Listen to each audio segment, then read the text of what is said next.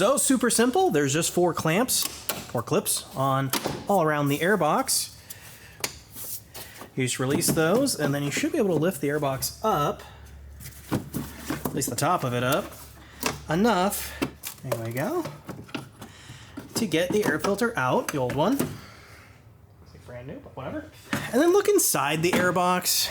If inside of the air box is all dirty and gross, clean that out with some wet paper towels and Windex or a vacuum cleaner, something like that.